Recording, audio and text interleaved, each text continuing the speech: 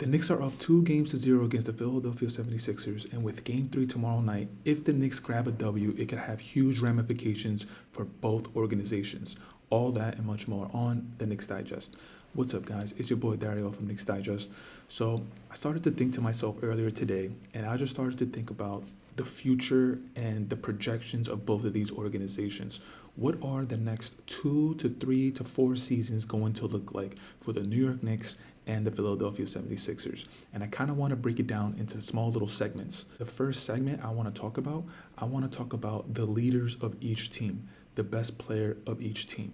And for the New York Knicks, obviously, I'm talking about Jaylen Brunson. Now, Jaylen Brunson for this playoff series, he's having a rough playoff series, averaging 23 points, 7.5 rebounds, and 6.5 assists. And one of, if not the biggest reason why Brunson is having a rough playoff series is Nick Nurse has decided to put length on Jaylen Brunson. Just always have a body on him, always trying to have someone up in his chest. Whether if it's Kelly Oubre, Kyle Lowry being a pest, you always see Jaylen Brunson just being surrounded by somebody. And I'm pretty sure Nick Nurse told his players to not fall for Jaylen Brunson's head fakes, to not fall for those type of moves where Jaylen Brunson is like luring the defender in order just to get the ref to call a foul. In the first game, Brunson had 22 points. He grabbed 7 rebounds and he had 7 assists. 22 points for Jaylen Brunson, not great, especially with Randall out. We need Jaylen Brunson to really pick it up. For that game, he was 8 of 26 from the field, 1 of 6 from three-point land, converted 5 of his 6 free throws. In game 2, Jaylen Brunson ended the game with 24 points. He ended the game with 8 rebounds and 6 assists. Shooting 8 of 29 from the field. In both games, game 1 and game 2, the field goal attempts and the field goal conversion was just not great for Jaylen Brunson standards. Jaylen Brunson, the whole season, he's been showing us why he deserved to be part of the MVP conversation. But in the first 2 games, it's just been a little rough.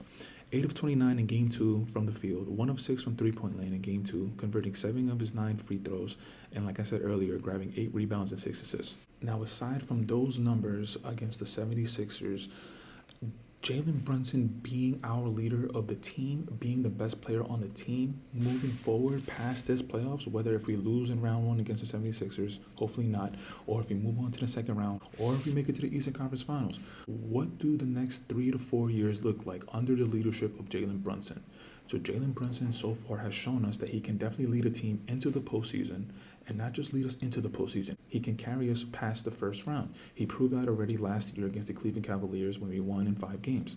Now this season, like I keep saying, he's off to a rough start, but he was, if not the biggest reason why we were able to get into the playoffs the first time. And then you also have to take into account the intangibles. Jaylen Brunson, this city, New York, is 100% behind Jaylen Brunson. You can tell that the fans, everybody has the utmost confidence in Jaylen Brunson to carry us to the promised land. The promised land, I'm not saying it's a championship. I'm just saying have deep playoff runs. I know the reason why I think the Knicks are in a really good position for the next 3 to 4 years is because Jaylen Brunson is actually not injury prone. Since he came to the Knicks, he's had like small little knick-knack injuries, but he hasn't had any serious injuries where it was a meniscus tear, he broke a bone. There was nothing of that nature. It's always been like little knick-knack injuries where he had to take a couple of games off, maybe a week off. Throughout the NBA media or just sports media, one of the biggest things is the best ability is durability. And if your leader is able to go out there on the court and lead the team on a consistent basis, you're off to a really good start. Now, if we're going to take a look into the Philadelphia 76ers side of things, their best player, Joel Embiid, I can't really say that 76ers fans are looking at Embiid with optimism. I mean, there's a lot to take into account with Embiid. First and foremost, he's going to be turning 31. He is towards the latter part of his prime, where Brunson is turning 28 this August. So Brunson is right in the middle of his prime. And the biggest knock on Embiid is, I hate to say it, man, because I love his game, but he's injury prone. And there's also been conversations as far as his play in the playoffs. He hasn't been able to rise to the occasion. Now, part of the reason as to why he's not able to rise to the occasion is because he's had injuries in the playoffs. He's had a fractured bone in his hand. He messed up his knee a few times. He's had back problems. He's had foot surgeries. Like Joel Embiid, as far as the leader of the team, being the best player on the team, skill-wise, talent-wise, 100%. I will take that any day of the week. But if we're talking about the intangibles, like I was talking about with Jaylen Brunson, one of the biggest intangible is durability. And if you're not able to stay durable, especially during the playoffs, then how much are we going to be able to depend on you? So personally, if I was a 76ers fan, depending on how this playoff run goes, I would seriously start to consider maybe looking past Joel Embiid, because ever since he's been with the 76ers organization, he just hasn't been able to put a full season where he was healthy. And if he was able to finish the season, it was always some sort of injury that he was playing through. Last season, he played through a knee injury. This season, he's playing through a knee injury. I think 2 seasons ago, he had a fractured bone in his hand where he was able to get past the first round against the Raptors in 6, I believe. But there's always something with Embiid, and if your best player is just always dealing with something, then how much are we going to be able to rely on him to build a team around? Okay, now my second point, talking about these two organizations, I want to bring up the supporting cast. Of course, we're going to start off with the New York Knicks.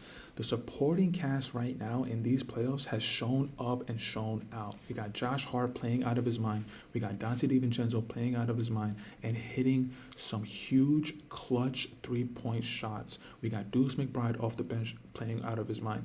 Like, the supporting cast of this team, I think it's fair to say that they've been able to pick up where Jaylen Brunson has not been able to play. Jaylen Brunson has not been able to show up these first 2 games, and the reason why we were able to get 2 wins was because of our supporting cast.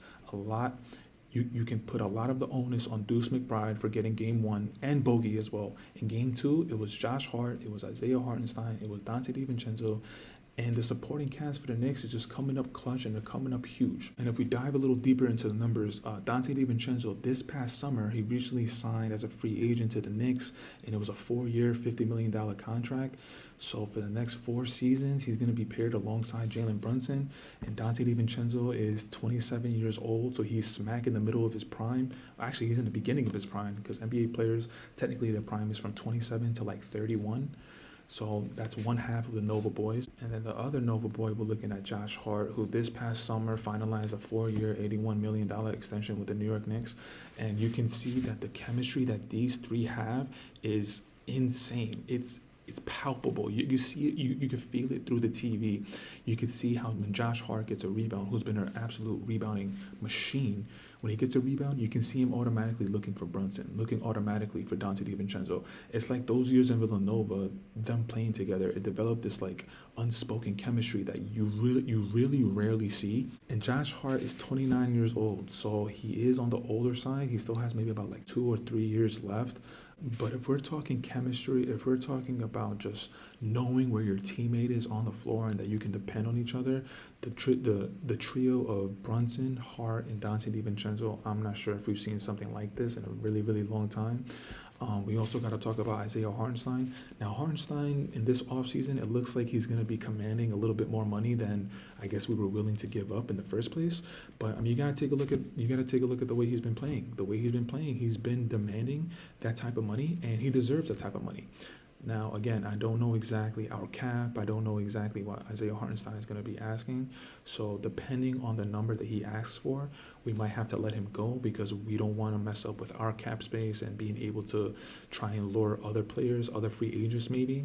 And now, speaking of supporting cast, we got to go to the side of the Philadelphia 76ers. And Joel Embiid supporting cast, we could talk about Tyrese Maxey, we can talk about Kelly Oubre, we can talk about Kyle Lowry, but I think all fingers are pointing towards Tobias Harris. Tobias Harris, back in 2019, signed a contract to a 5-year, $180 million contract. Let me say that again, a 5-year, $180 million contract. And for this season, the 2023-2024 season, the Sixers are paying him $40 million. And what are Tobias Harris' numbers for this playoff series? So in game 1, he dropped 7 points. He was 3 of 7 from the field and 1 of 4 from three-point land. So right there is telling me a lot. First and foremost, 7 points is not going to get it done. And then the amount of field goal attempts that he had 7 field goal attempts and converted on 3. That's not enough as far as aggressiveness. The three-point shot attempts, he had 4 attempts and he converted on 1. All those numbers tell me is that he is just not being aggressive enough. And last season, you can make an excuse as James Harden being there. So James Harden needed the ball in his hands in order to make offense run. But this season, James Harden is not there. Maxey is the point guard, but Maxey is not really a James Harden type of player where he's very ball dominant. He is willing to give up the ball. And in game 2 against the Knicks, he had 10 points. He was 4 of 11 from the field and 2 of 5 from three-point land. So again, the shot attempts that he's taking, the volume just isn't there. For someone getting paid that amount of money, you either need to be showing them that you're willing to be aggressive, or you need to be converting on your shot attempts, and Tobias Harris is not doing that. And my last point on the Philadelphia 76ers and with their supporting cast, Tyrese Maxey might be the only bright spot. Kyle Lowry is like 36, 37 years old. He might play another season and then retire. Kelly Oubre, who I like as a player, he has all the talent in the world, but it just seems like he never put it to, but it just seems like he can never put it together. But Tyrese Maxey, he is, I mean, besides Embiid, I don't even know if I can say Embiid is really a bright spot because of his health issues. But Maxey, 23 years old, given the Knicks all the problems, Tyrese Maxey is the biggest problem that the Knicks is facing right now. They cannot keep him out of the paint.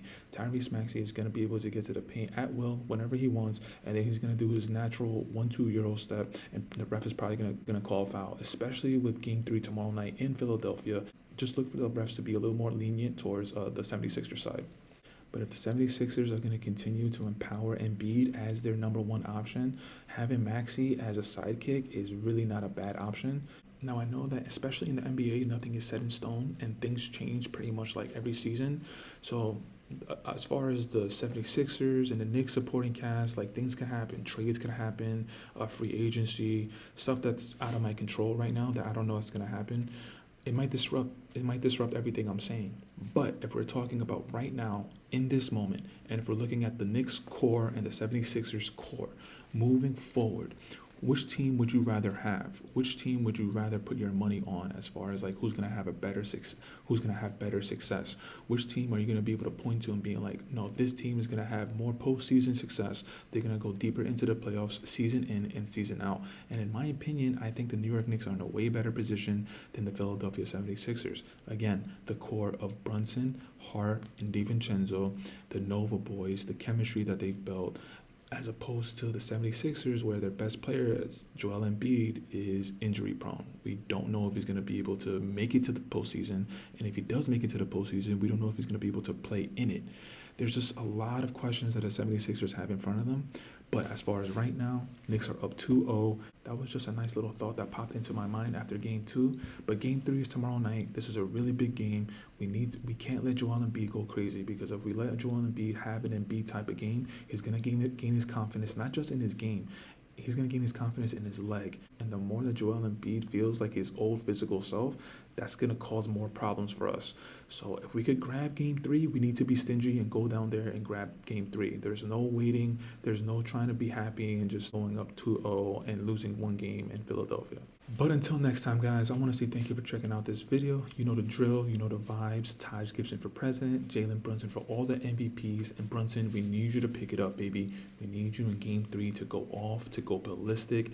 If Jaylen Brunson has a really big game, we have a really good chance of sneaking a win out of Game 3 in Philadelphia. The deuce is loose for co-MVP. And until next time, I'm out. Peace.